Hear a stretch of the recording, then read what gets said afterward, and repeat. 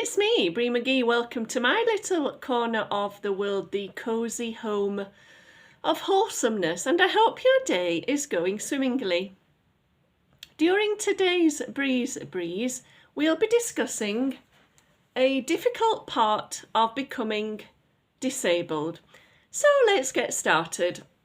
I am starting to have to write down a couple of things now and then about my videos so I can remember them, because my mind is not as it could be. So I've just got a couple of notes to look at today, so apologies for looking away from the camera.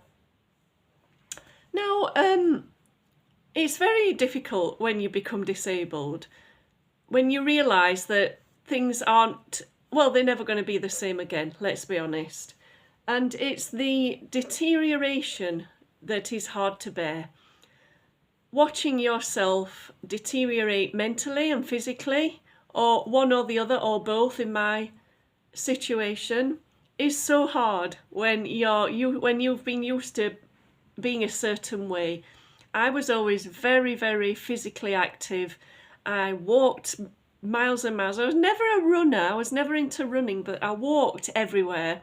I danced for many, many decades. I was such a physically active person. And then when my physical mobility began to deteriorate, it was such a hard pill to swallow.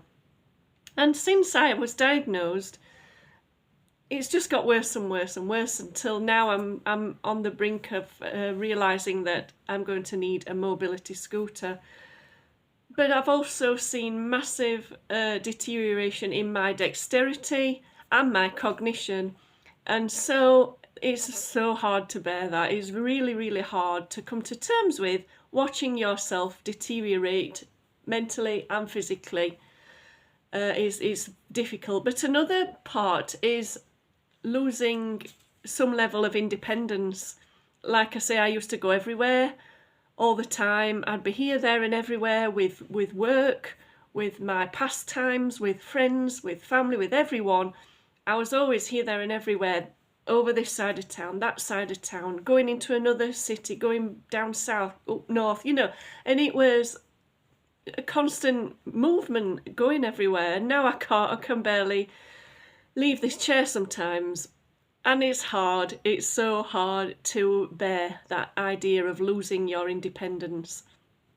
When you tell people you're disabled and they can see it with their own eyes, I think it doesn't really register the wideness of being disabled. I can't even put it into words. It is such a huge thing that people see the word disabled, or they can see that you've got a walking stick, and you kind of put into a pigeonhole, or seen as a certain, that person can't walk, they can't use their hands, and it doesn't register, I don't think, with a lot of people how terribly serious it is and how hard it is to bear. Now, I live alone with my cats, of course, and so I have to do everything by myself. Even the hard lifting jobs, taking rubbish to the external bins, sorting out my cat's litter trays. And I recently pulled two different muscles in my back, one at the top, one closer to the bottom at the side here, just from doing those heavy lifting jobs. And it's just so painful on top of everything else.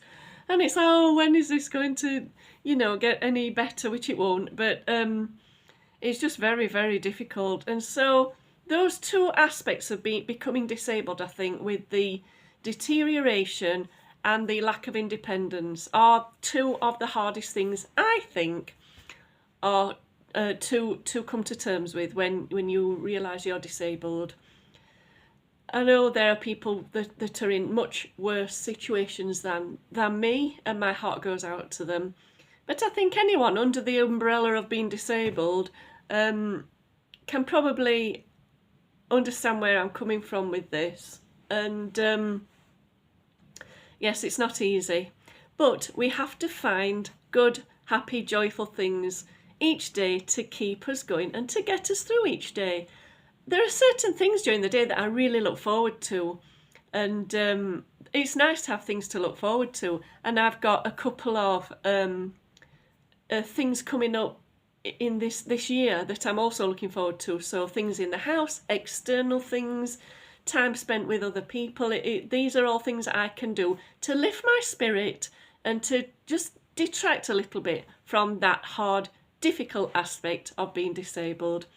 But no, I just thought I'd cover that so that it gives some insight into what disabled people are going through and feeling. And again, I empathise with anyone out there who's struggling with this. And yes, it's just something we have to plough on with. Just have to keep going and hope for the best each day. Every day is a new start, and that's how I see every day.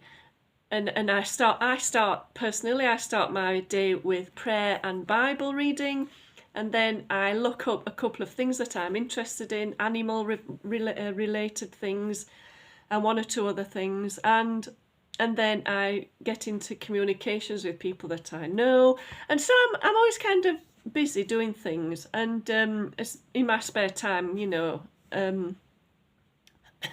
on top of everything else. And factored into the day are, like I say, all those difficult jobs and hard stuff I have to do. But it is what it is. I am going to plough on the best I can. And yeah, take it from there. Let me know what you think in the comments.